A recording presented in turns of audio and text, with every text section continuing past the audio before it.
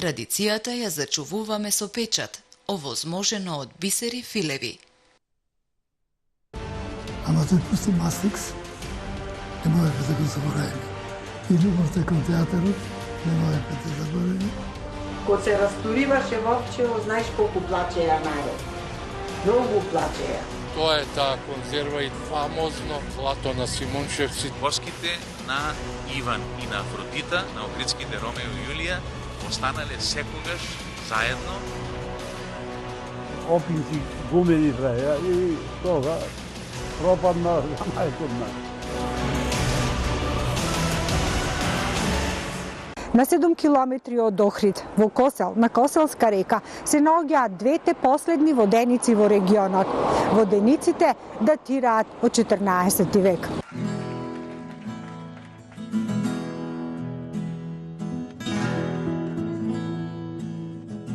На патот Охрид-Ресен, покрај река, се наоѓа охридското село Косел. Селото, според последниот попис на населението на Македонија од 2002 година, има 586 жители. Косел е единственото село во регионов кој е во близина на вулкан. Некогаш во селото по течението на Коселска река имало 6 воденици, но од завод на времето се зачувани само 2.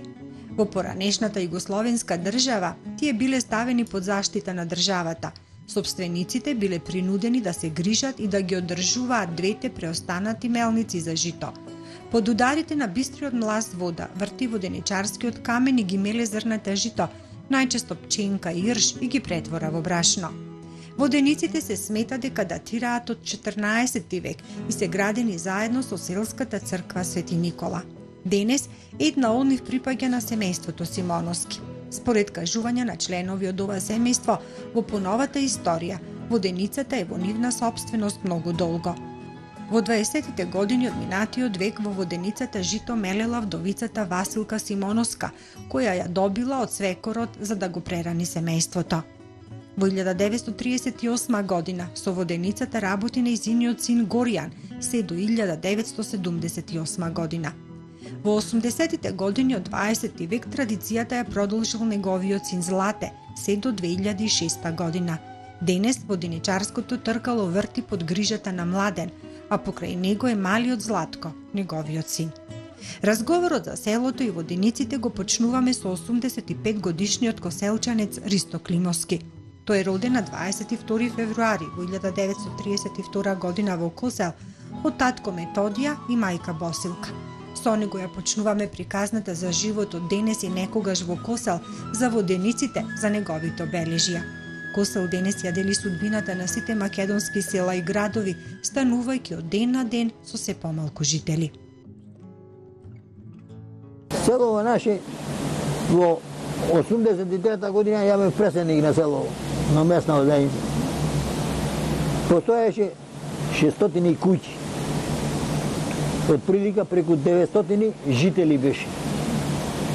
Од ними скоро 40 домаќинства се отидени во Австралија и во други земји таму, али имат кај, не знам, многу не сум заинтересен.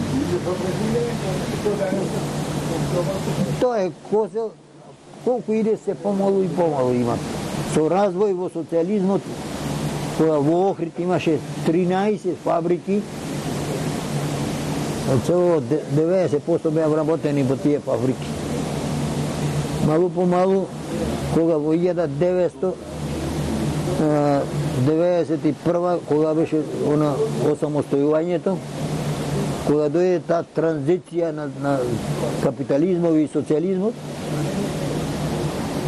славна работите. Фабриките и лапна ламјата. Може не го изразувам, ама тако табиете. Во Охрид сосема малу имат одселени од Косел, во Охрид сосема малу имат одселени. Нема многу. Се поќе се одселени во странство.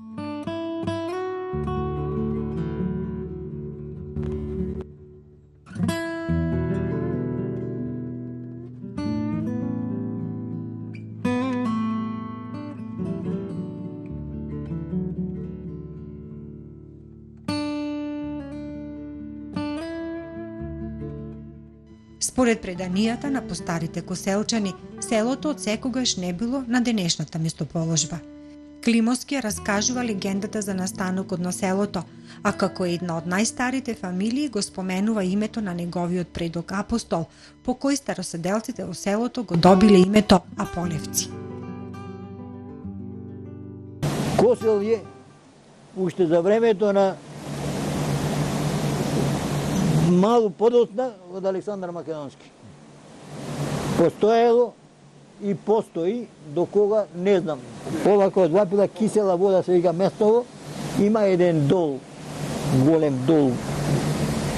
Излегува вода некоја црвена, се мисли дека железо постои, руда. Меѓутоа, да реча, на жалост, не е интересно за мене. Оти ако државава не интересира за некоја работа, мене не ме прашуваат никој. Постои сомневање дека има рудни богатства, железо во тоа, затоа е викат кисела вода. Од тој дол натака селово било таму разгрането, слушате. Кога вулканот избувнал, лавата како чадор, таму дошла сета и селово наполно изгорело. Останале неколку живи граѓани кои биле отсутни од Македонијава, ама од ними никој ни чул, ни разбрал како се десило, што се десило тоа. Од рекла казала, од еден на други се пренесува разговорите и така се знае толку. И тогаш тој дедото мој од Брежани дошол, видел дека село нема. Ама за негова среќа носел некоја секирче на рака. Шетал нагоре надолу, нашол место некаде ваму, викаме ние игралиште, кај што е Хулуканун, имате на мало неко доличе. Взел се кирчето и си направил една колиба. По неколку време тој дедото апостол се оженал, односно бил женен, меѓутоа се оставил со супругата. И дошол на истото колипче каде што го направил. Невестата друга што е взела од овдека, му родила прво дете, се викало Ристо. Му се родил после Ристо, се родил Петре. По Петрета се родили уште други тројца. Тога се намножило селово, дошло се родил Јонче, се родил Науме и назади Коле се родиле сите тие синови на Аполета. Зато и Преска ви рекол дека тоа Аполеци 50% селово е помешано крвно со нас раповци, ние раповци се викаме, оти дедото Аполе бил барџулав некако, како да ви се изразам, не знам, нечист на лице бил валкан. Зато го завикале и Рапо, Араб на черно. И така со тоа плебето наше дошла и сестра му овдека на тоа Полета, дошле и други, па внукој, па превнукој, па до мене, јас сум петти внук на тоа Полета. И така селово наше 50% скоро е Аполевци.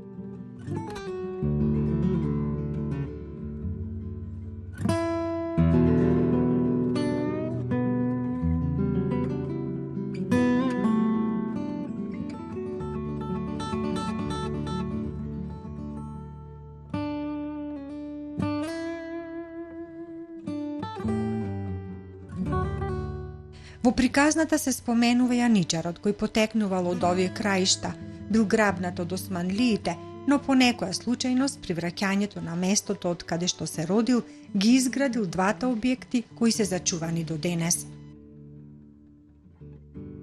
Некој јаничар од село Свиништа, наше Свиништа овдека близу е, го зеле тие турските беговите во тие времења, како дете, мало.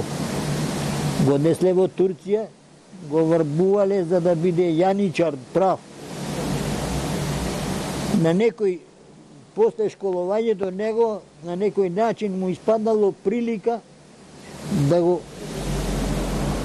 запослат во Балканов.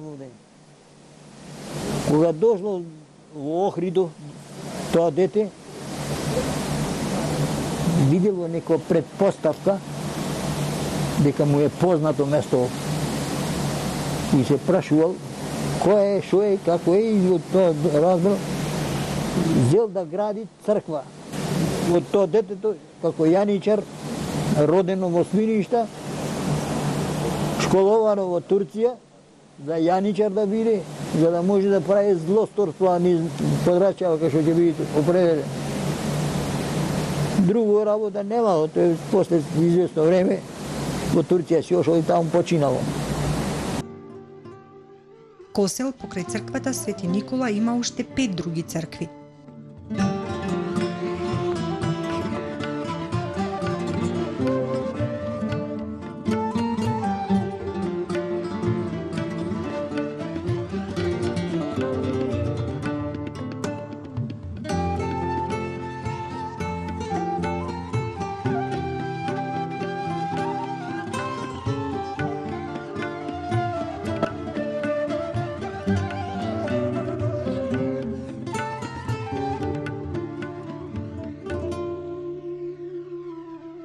Свети Никола е главната црква.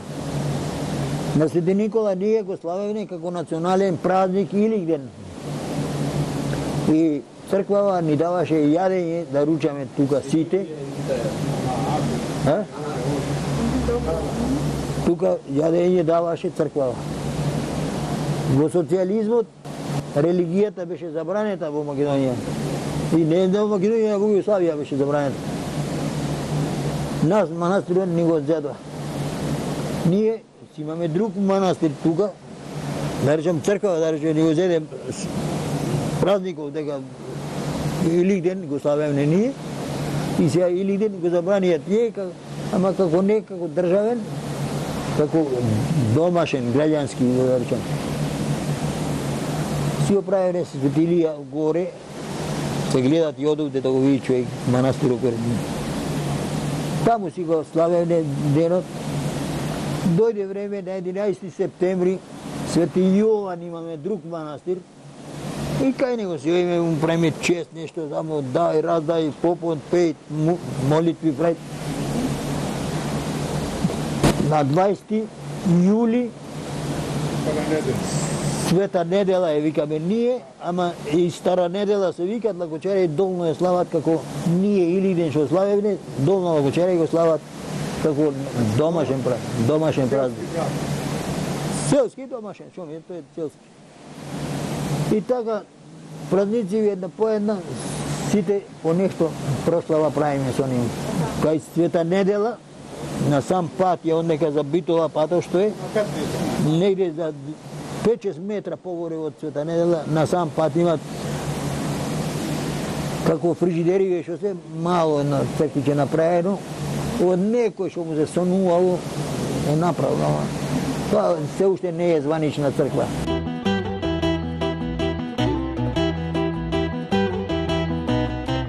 Низ вековите многу вода протекло низ Коселска река и ги вртела некогашните воденичарски тркала. Коселчани го живееле својот едноставен и скромен живот.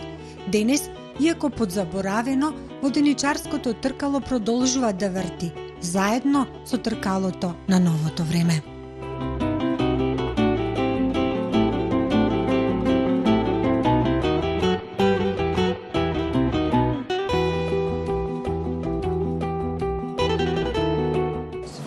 Од секогаш во Косел биле 6 воденици. 2 се долни Косел, 2 се во игралиште на наму и 2 овде се. Ова е одавде ка Каршија, ево газава. 6 воденици. Од сите тие само овие 2 работа, другиве распаднаа. Родителите ги немат, газдите ги нема, пропаднало се.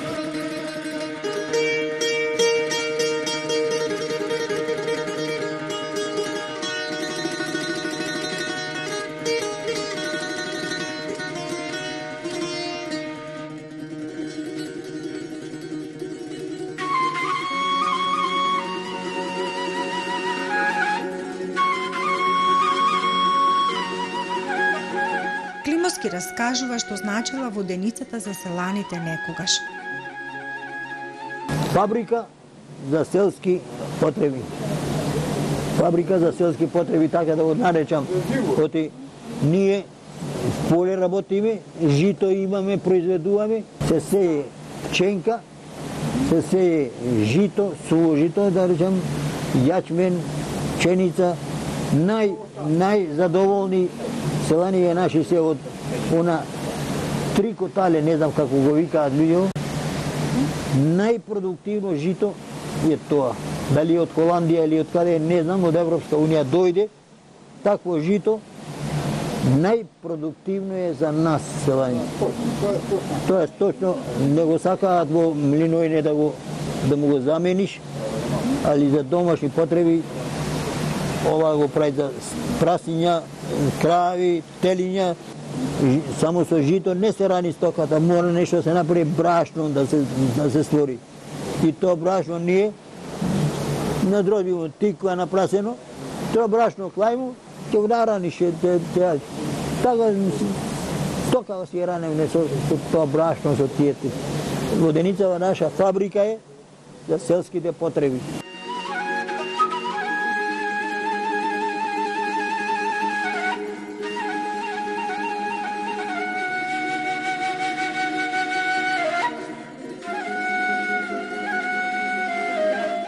Тој се навраќа во минатото и во неговата младост.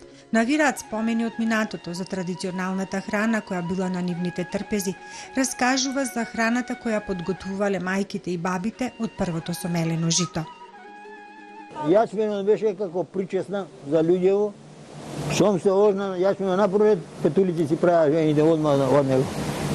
Тоа беше како причесна, да речам, од тој јачменот што се правеше. Мајките наши баби погачат некој ги направија и грал. Најсладко јадење за тоа. А погачата е тоа во тепција земјена, со црвена земја. Таа е најздрава е земја, што може да издржи повеќе, мислам, времења, во трајност има време. Голема беше, по порачка ќе си земеше, некоја поголема, некоја помала, се разбира, како и сегашни што ги има, некоја тепција поголема има, некоја помала тепција, зависи потребата на човекот да се порачува. Вршник, сач, одгоре ќе оклајда се топли сачот, кој ќе се сусвити малце, кој ќе го добие црвена боја сачот, згора на петоличарката и ќе го опечи. Си прават жени, ако не има зид, и ѓомлезе си напред. Ѓомлезето е национална, наречам, популарност. Охридон се фалеше со пастрмки, риби, ние се валиме со ѓомлезето. И тоа е основна храна. Ѓомлезе да му стави сега на гостин. Фала ќе речи дека и то го видов што е, но умина и не знат што е ѓомлезе.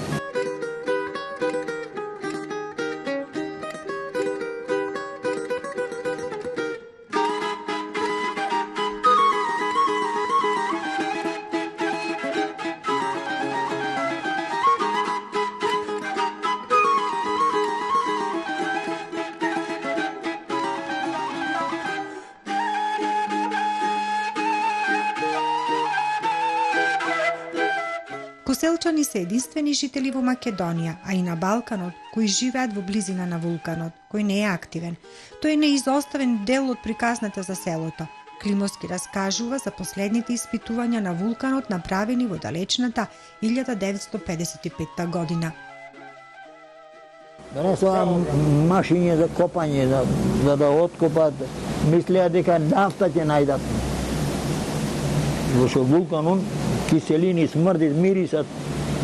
Сега не е приметена, ама во поранешни времења, што замирисаше на вулканот, знаете дека дош мора да имат. Ги имам некако метеоролог. Машиња што работеа натре, ги одби, да речам, како да ги поврати, од здригање ние што повраќаме, така и тој вулканот и фрли машиња горе. 7 души од Ќореја во тој време, дури на лекарство одеа, Ќори останаа тие луѓе. И то сето заврши, Вулканов го затворија и почна природно повторно да си дува, да си изтишуваат. Климовски, навраќајќи се во сеќавањата за животот во селото некогаш, споделува каков бил патот кој ги поврзувал со Охрид и Битола за занаетите со кои се занимавале коселчани.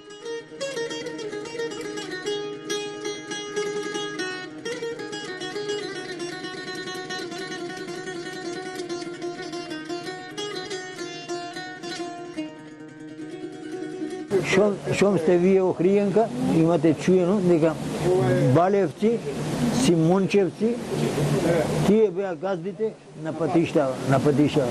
Тие ги одржува. Од сите тие работи, таткото мој беше путар со лопатата, негде дупка кој што ги направеше, немаше асфалт во тоа време. Покрија дупката со земја, продолжи други. Така и нас не изгледа четворица браќа бе не ние. Татко со лопата не израни, не порасти.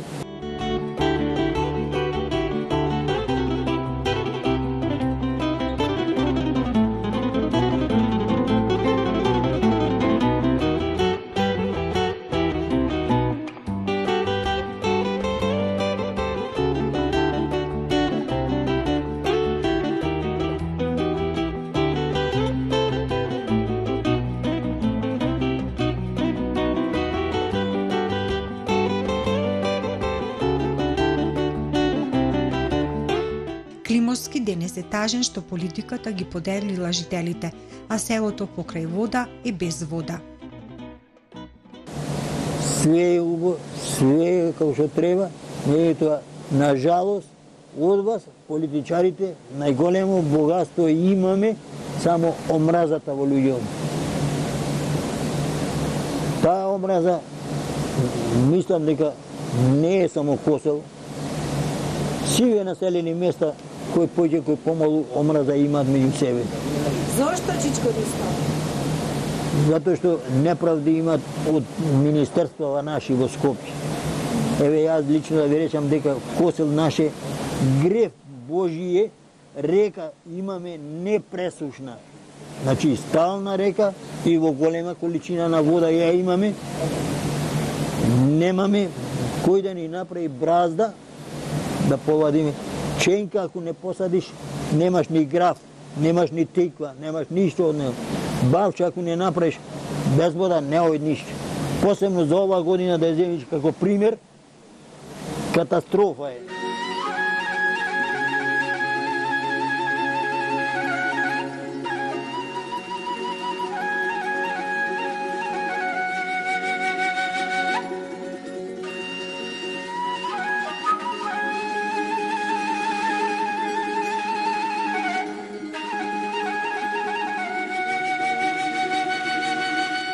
Дедо Ристо раскажува дека во селото има и се помалку деца.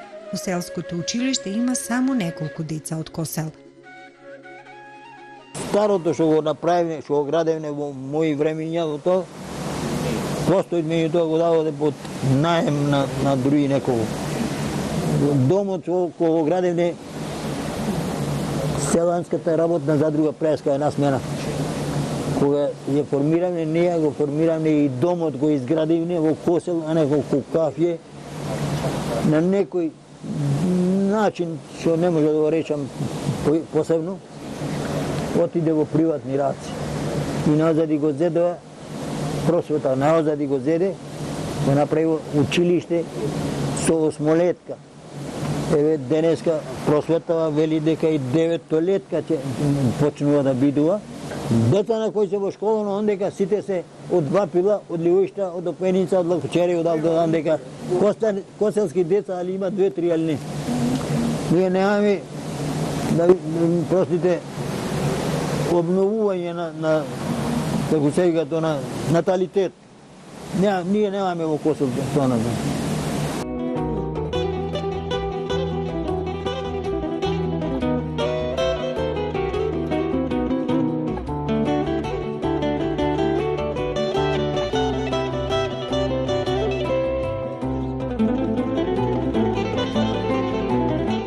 топлиот ноемвриски ден го напуштаме Косел и коселчани.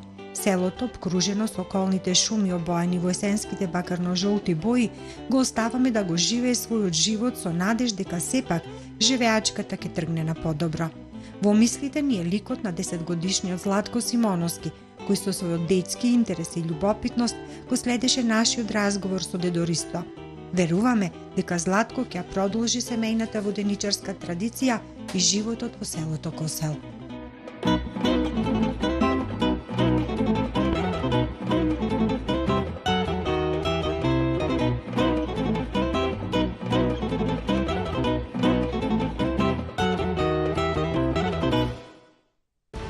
Ама тој пусти Мастрикс, не можеме да го заборавиме.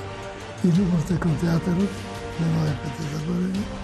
Кога се растуриваше Вовчево, знаеш колку плачеја народ. Многу плачеја.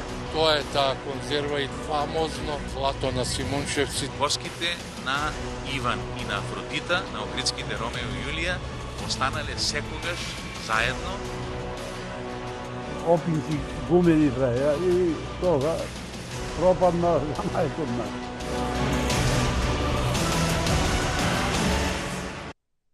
Традицијата ја зачувуваме со печат, овозможено од бисери филеви.